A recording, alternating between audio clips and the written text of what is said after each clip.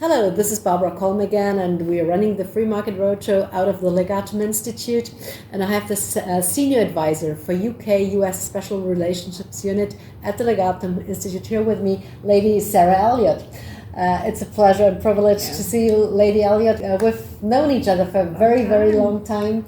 Indeed. And you just told me that you joined the Institute just as of recently? Yeah, just 6 months ago. I was chair of Republicans Overseas UK here for 4 years during the Trump administration, and I've had my family, and now I'm back in the throes of it, although I felt like I never really left in many ways. But it's wonderful to be here and also see so many friendly faces from across Europe. Thank you again for hosting us. I think it's rounding up, winding up the roadshow in a very nice way. But let's come back to the last panel, because you were discussing elections. Well, this year is a multi election year, not only in the US but also in Europe and also in Asia as well. Yeah. So you were talking about the US elections and what outcome there might be. So what is your take? If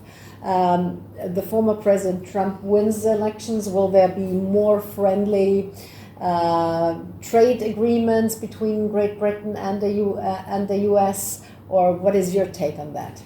Well, I mean, I think in everyone's mind here in the UK, Labour is set to win and end a 14-year rule of Conservatives.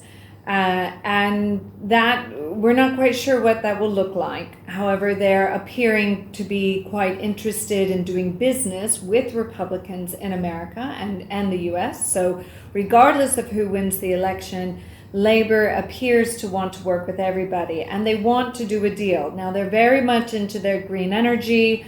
They're very much into CBAM regulations. Mm-hmm. They don't like the word free market, and they like the idea of subsidies to promote growth, which of course we know does not promote growth. So an idea, kind of maybe an alternative to building a bilateral trade agreement that's specific to the UK, is to add the United Kingdom to USMCA, mm-hmm. which was the NAFTA renegotiated treaty. And there's talks of even adding Costa Rica to the USMCA. So it's this idea, it's already, should Trump be president, this was his agreement, so he should be very happy to add the UK to it without many tweaks. Mm-hmm. And actually it's a bipartisan agreement, so it may actually be very favorable to a Labour government. There are a lot of, labor regulations in there and oversight of the labor market. So, I think there's room to be optimistic and to start. Labour wants to be seen as a very competent government, accomplishing things that the Tory government could not do themselves. Mm-hmm. So I think a trade agreement is definitely on the table for them, and to get the big kahuna of the United States. That's a great win for Keir Starmer, the Labour leader. And then on the U.S. side of things, we should be investing more in our best ally, mm-hmm. And vice versa. We should be increasing worker visas. We should have more of a cultural exchange between our countries, and as the Americans see it as a bulwark against China, okay. as bolstering the U.S. economy and supply chains. In kind of this Cold War we have with China at the moment. Well, do you think it's that the U.S. also views this as a kind of backdoor coming into Europe again via Great Britain? Or how do you view that? I mean, possibly. I mean, if you can prove that liberalization actually has great returns and is working out really well, let's do it on the continent. Yeah. And you know it all too well, of course, Barbara. It's your home, and what the likelihood of that is. But there's nothing like competition to get the other guy to play as well. When we talk about competition, we were talking about tax competition a long time ago, and we still think, but I think we both agree that this is the best way to keep taxes low. Definitely. And government at bay. But what we see these days in Brussels is definitely the opposite. So it's more regulation, more higher taxation, and if they could, they would even have a European tax code. Well, and you also have the OECD tax cartel plans and harmonization, which is alarming Republicans in Congress as well. Mm-hmm. We have to respect, sovereignty and the voters, because the further you take the decision making away from nation states, the further you are from the voter.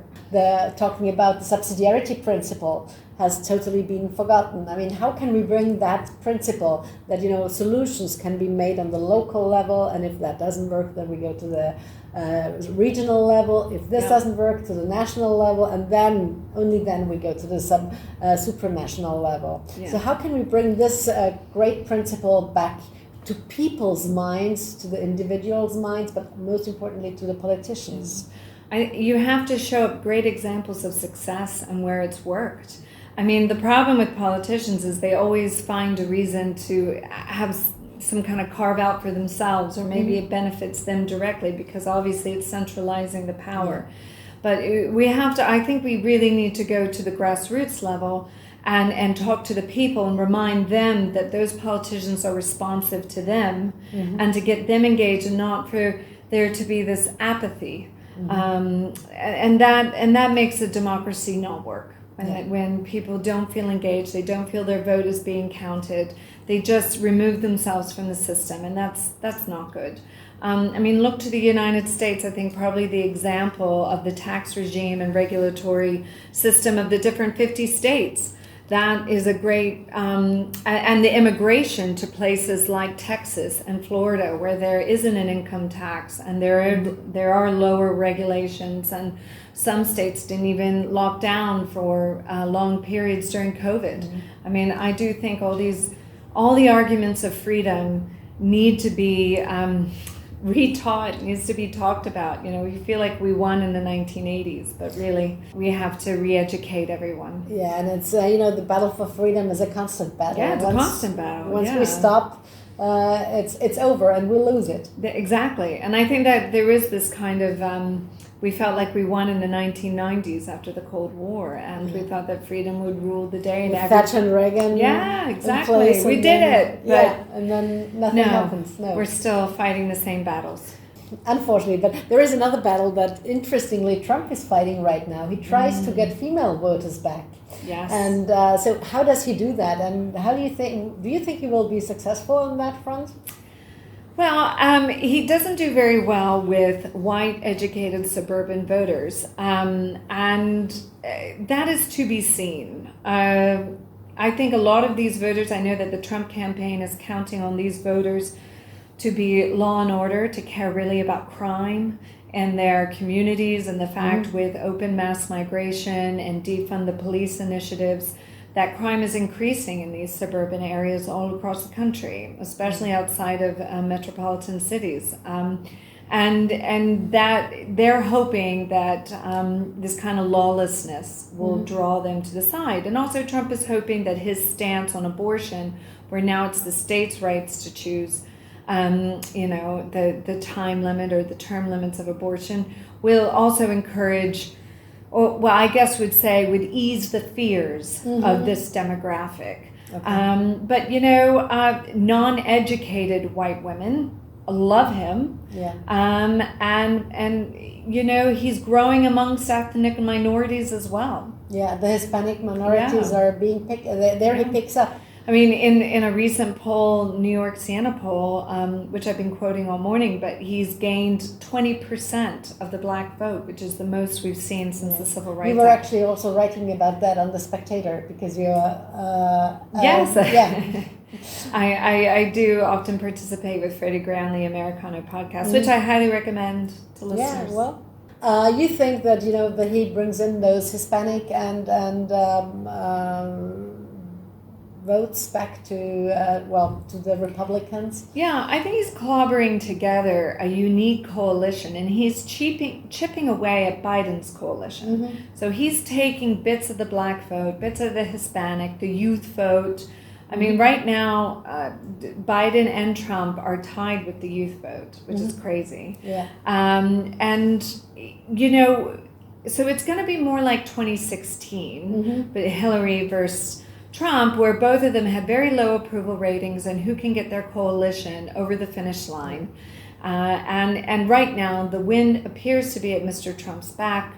But we still have debates to go. We still have the conventions and a lot of time before Election Day. Well, the two of us will stay tuned, and we will look into that. And as was already mentioned, please double check the famous podcast that you're doing.